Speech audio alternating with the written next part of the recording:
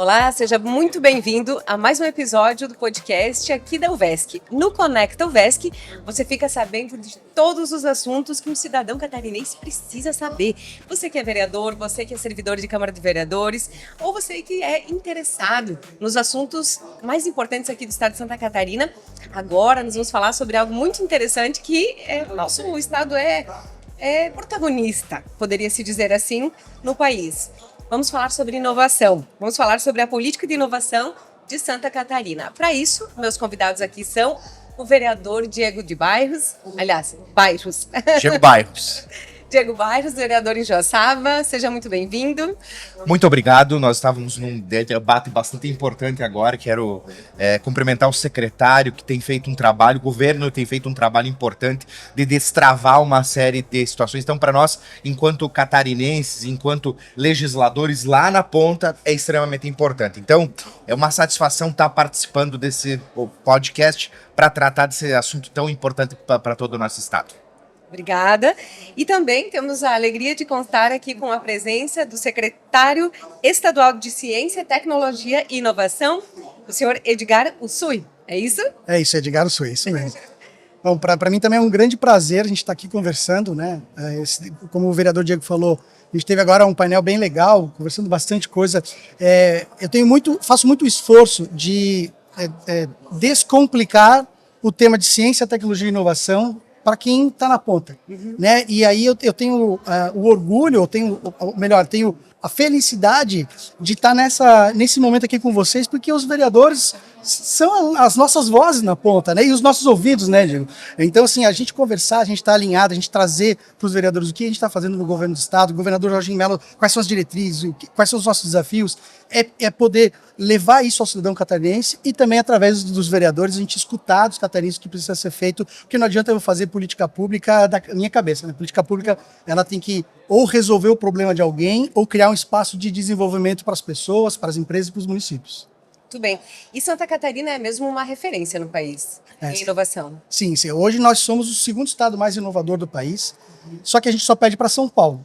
E São Paulo, comparar com São Paulo, é banana com maçã, né? Então, se a gente parar para entender o formato, o tamanho que Santa Catarina tem, lembrando que a gente só tem 1,1% da geografia do Brasil, nós somos, sim, o estado mais inovador, esse DNA do catarinense de ser empresário, de cair, levantar e continuar trabalhando, faz esse nosso estado ser o orgulho que é.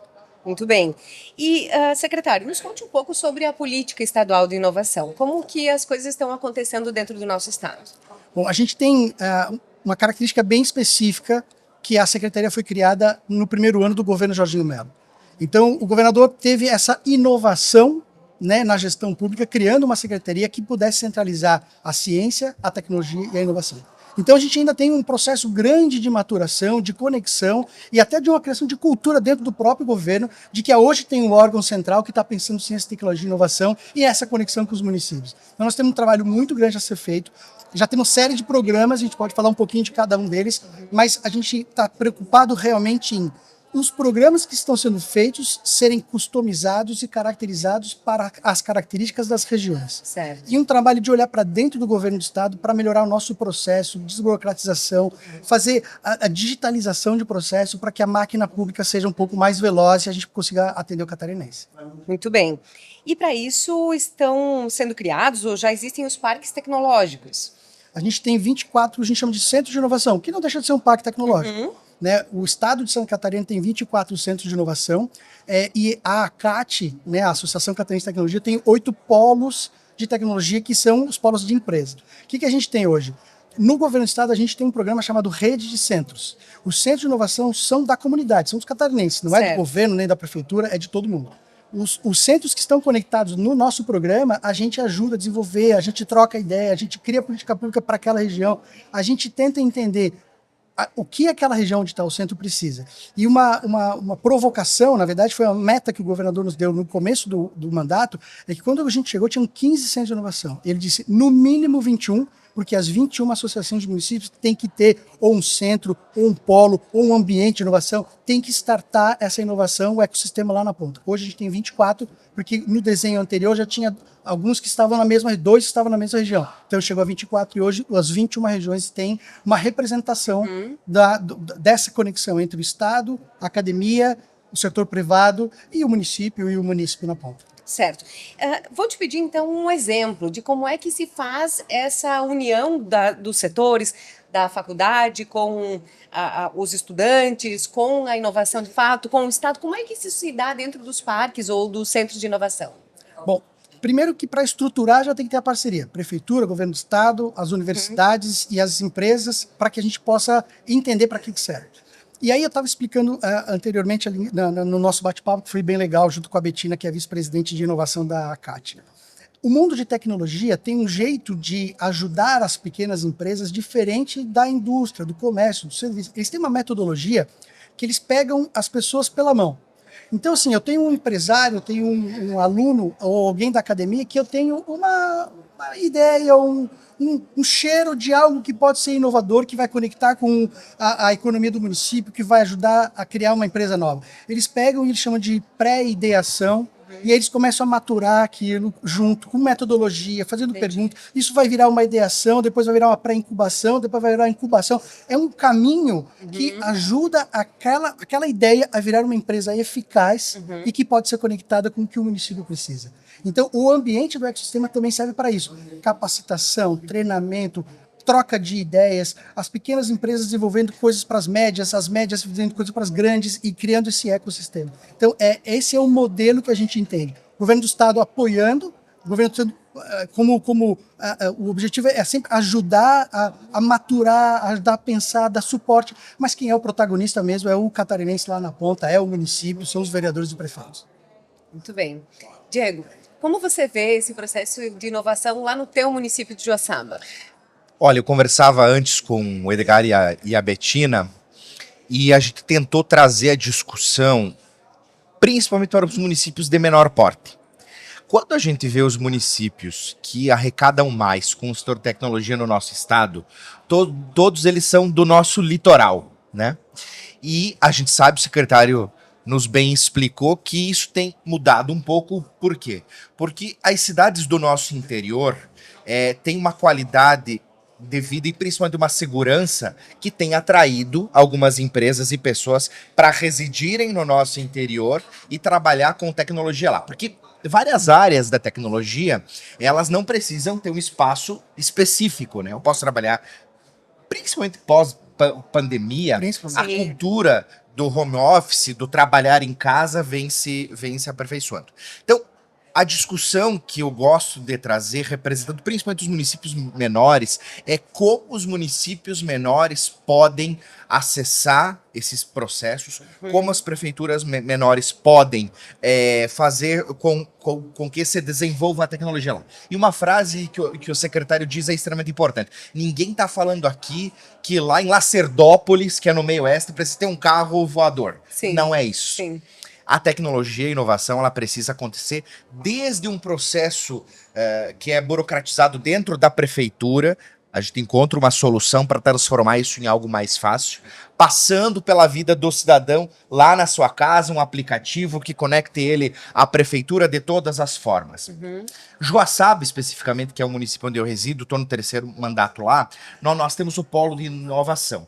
E eu dava o exemplo sobre como ele é sustentável e essa estrutura se criou, e isso serve, obviamente, de exemplos para tantos outros, e claro, tantos outros servem de exemplo para o nosso polo.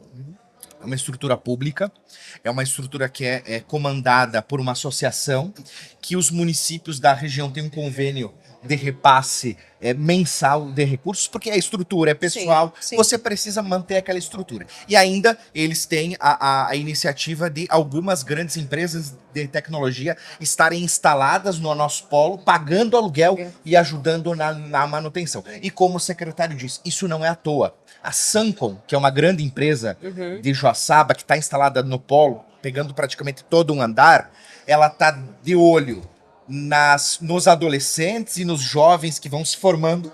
Eles vão captando essas pessoas para a sua empresa. E é um setor que paga muito bem. Paga super bem. Então, para os municípios do interior, Sim. ter esse profissional residindo lá, Sim. morando lá, né, se desenvolvendo lá, para nós é extremamente importante. Porque, veja, a economia dos municípios de interior, Joaçaba, principalmente, a nossa base econômica é indústria e comércio. Sim. Então, se eu tenho em Joaçaba, que é uma cidade de médio porte para os níveis do nosso estado, Sim. né? Se eu tenho em Joaçaba empresas de tecnologia que pagam um valor interessante, né? Hoje você não encontra nenhum programador que recebe menos de 5, 6, 7, 8 mil reais, passando de várias profissões que há 10 anos a gente via que não se imaginava que um fisioterapeuta ia receber menos, um advogado ia receber menos. Então, para os municípios, ter essas pessoas morando, trabalhando, gastando seu dinheiro lá, é extremamente importante. Então, acho que o Estado tem avançado muito, a gente tem percebido isso. Nós temos ainda, né, e falávamos isso antes, ainda aquela consciência pequena de que inovação você gera, como o secretário disse, em um prédio de vidro espelhado. Sim. É isso a inovação para Santa Catarina. Não é. A coisa pode acontecer fora disso e tem acontecido. Então, eu acredito que o desafio maior que nós, dos municípios de interior, temos visto e tem sido superado aos poucos é avançar para que essas soluções, essas empresas e principalmente os talentos na área de tecnologia fiquem no nosso interior. Exato. Fiquem nas cidades menores. Ajudem a desenvolver e criar solução e renda na cidade pequena, de 2, 3 mil habitantes. Então, eu acho que esse é o desafio e esse é um assunto que a UVESC precisa estar ajudando a fazer o debate junto com a secretaria e junto com a ACAT. Sabe que te ouvindo falar a respeito dos pequenos municípios, de onde eu venho, Joaçaba é capital, né? Porque para nós, os joaçabenses, é. Então, não é? Não, e é muito interessante esse bairrismo, né, que tem em Joaçaba, assim, eu percebo muito. Aí nós temos lá perto Concórdia, aí parece que tem uma rivalidade, assim, Concórdia e Joaçaba, né, entre eles. Sim. Justamente por serem dois polos realmente de produção também, né, importantes. E quando você falava sobre os pequenos municípios, eu já fiquei imaginando os meus filhos, né? Então, um lá com agora 11 anos, outro com 8, nós estamos encaminhando para a formação na área, né? Eu tenho projeto e programa para eles. Olha aí. Olha aí, ó. Que legal. Então, justamente a gente pensou assim, são crianças, né, que vão bem na escola e tudo mais. Vamos oportunizar, né? Assim como a faculdade faculta, que depois a gente escolha por seguir ou não carreira, que eles vão então para programação, robótica, enfim, a gente está encaminhando eles para isso. E eu fiquei imaginando que sonho para uma mãe e para o pai ter eles lá na pequena Peritiba, né, vivendo com a sua qualidade de vida, porque a gente vive muito bem no interior, em todo estado, obviamente, mas assim, tendo lá 5 minutinhos para estar no posto de saúde, para estar no hospital, recebendo atendimento de primeira, né, 24 horas por dia, tendo possibilidade de ter água tratada de qualidade, esgoto de qualidade, enfim. Segurança, né? Então, falando assim, me veio muito essa idealização do futuro de ter os nossos filhos ali, né, vivendo, colhendo as coisas que plantam. Eu acho que isso, eu não tenho filhos ainda, mas eu acho que isso é o sonho de todo mundo. Antigamente, o sonho da família era o quê? Tinha universidade só em grandes centros. O sonho era o quê? Eu vou mandar o meu filho para Florianópolis para estudar e pode ser que ele não volte. A Betina, ela trouxe isso muito forte. Ela é de São Miguel. Sim. Ela veio para estudar em Florianópolis e ficou. Né? Por quê? Porque não existia oportunidade nas cidades onde a gente residia. Essas oportunidades estão sendo criadas para justamente a gente gerar um processo de sucessão desde a propriedade rural nossa. Sim. Aí a gente entra num universo imenso, né? Com certeza. Desde a propriedade rural nossa, para que os nossos jovens não tenham mais o sonho de vir para Florianópolis para morar. Tenham o sonho de vir para aqui para passar as férias. Exato. E que eles fiquem lá em Concórdia, em Joaçaba, em Peritiba, em Ipira, em Piratuba. E o interessante também é justamente isso, não há mais limite geográfico, né? Especialmente para esse setor de inovação e de tecnologia. E aí, pensando nisso, gostaria de te perguntar então, secretário, você falou que tem aqui um projeto para crianças e muito me interessa, assim como muito da nossa audiência. Nos fale um pouquinho a respeito. Tem, só para contextualizar Sim. nisso que você estava falando, que eu acho que é bem importante. O emprego, né, do setor de tecnologia paga melhor do que os tradicionais, digamos assim. E o secretário Cleverson, o secretário da Fazenda, que é para mim um dos caras referência, ele estava me explicando os impactos da reforma tributária. E o que vai ser mais importante lá na ponta, né, ele trocando todo o tecniquez lá da Fazenda, explicando para a gente é que o importante é que a gente coloque capacidade financeira na mão do catarinense. Sim. Na mudança da lógica que a gente vai ter, que vai ser aplicada daqui para frente, quem tiver punch, dinheiro, vai ser melhor para os estados, para os municípios. E se a gente conectar essa lógica da reforma tributária com o emprego que paga melhor de tecnologia, com as pessoas com qualidade de vida nos municípios, em qualquer lugar que esteja, só precisando de um pouquinho de internet, cara, a gente tem que olhar para isso, porque Santa Catarina é muito pequena e a gente tem que melhorar a qualidade. Sim, sim. Então, o que a gente está fazendo?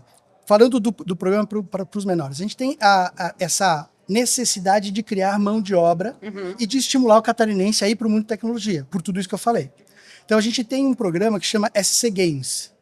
Então, qual é o primeiro contato dos pequenos com o mundo de tecnologia? Jogos. Joguinho.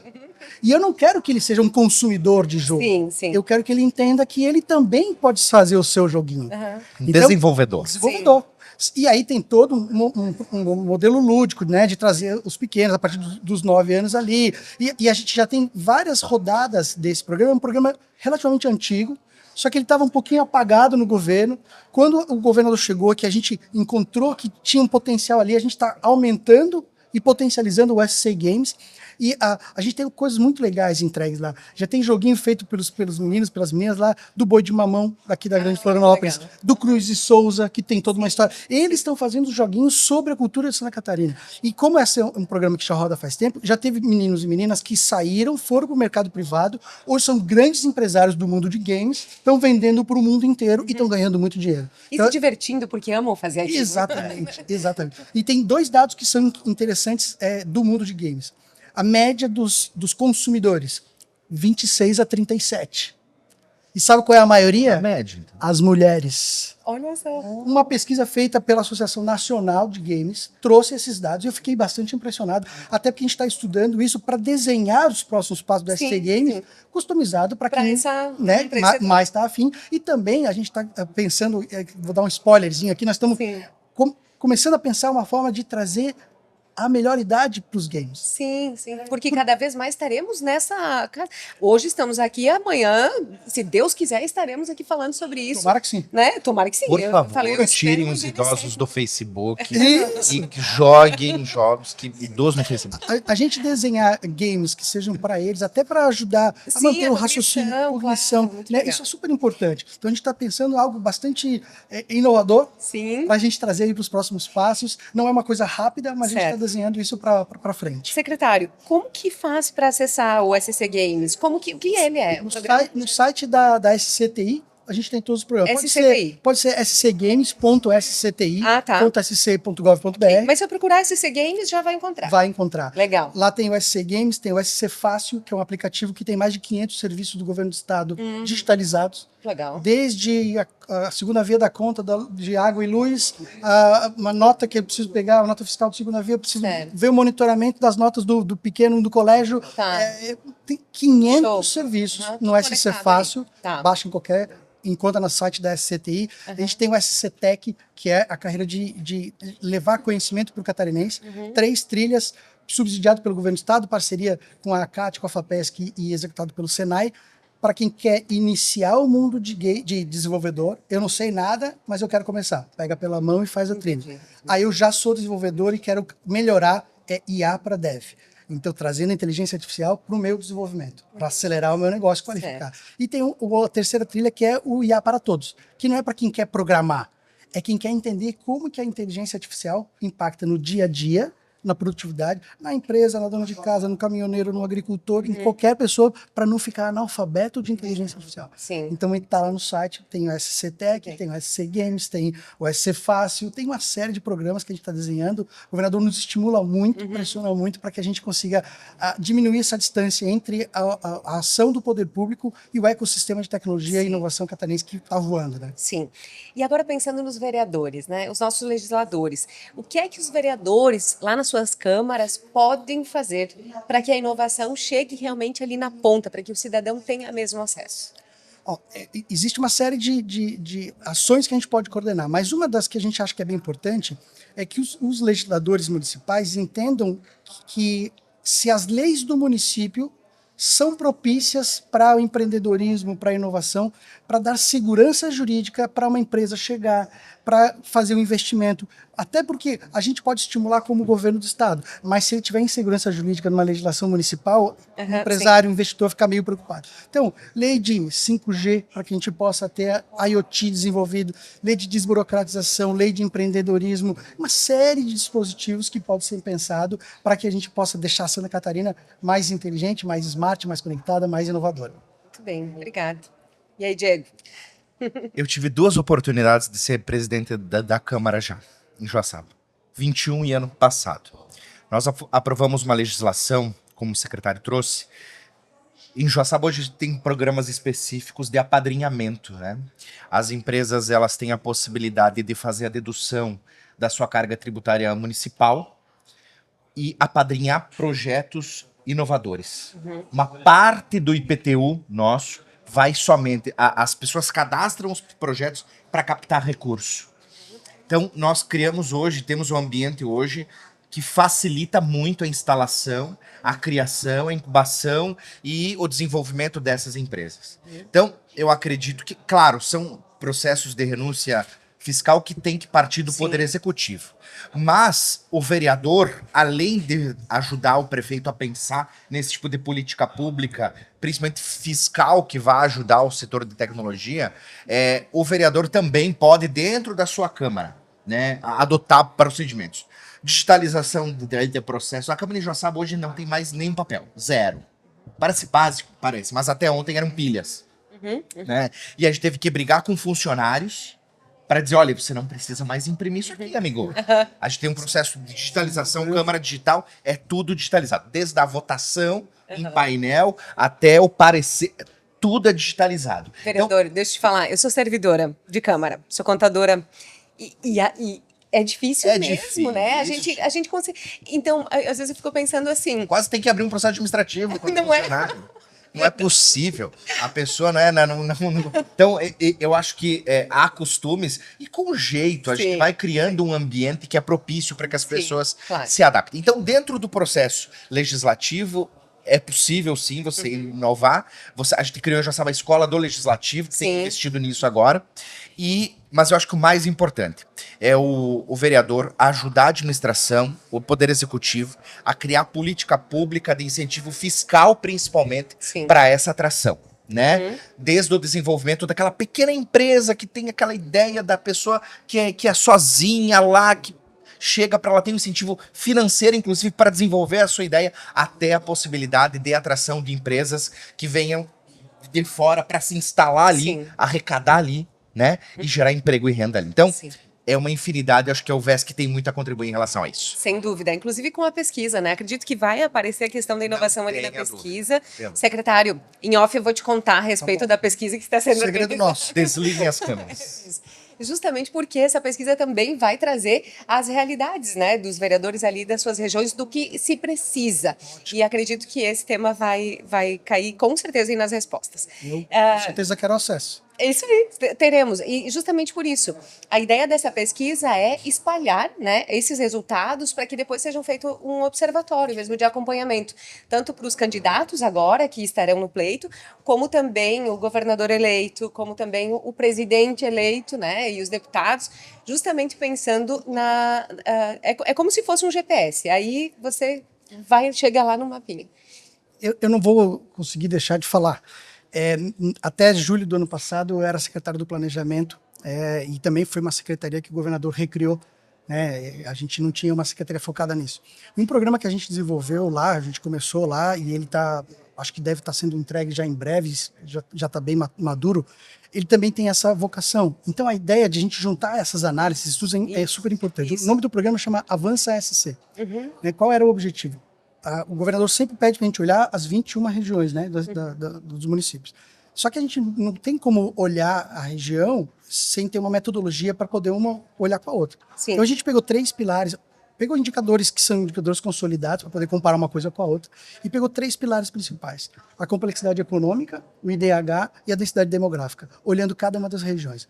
Aí, complexidade econômica é aquela história, né? Os economistas dizem, ou você vai especializar no que você é especialista e vai ficando cada vez mais especializado na mesma coisa, ou você abre e faz uma economia super plural, mas também que é mais difícil. A ideia é a gente tentar orientar, melhor, tentar mostrar o que os números falam, que não é impressão da gente, é um prognóstico, um diagnóstico, Dados, né? dados, de, ó, essa região tem essa base econômica. Se você derivar um pouquinho para cá ou para cá, com uma nova cadeia, vai usar o mesmo insumo, mesma mão de obra. Então, quem sabe a gente buscar inovação e o desenvolvimento coordenado.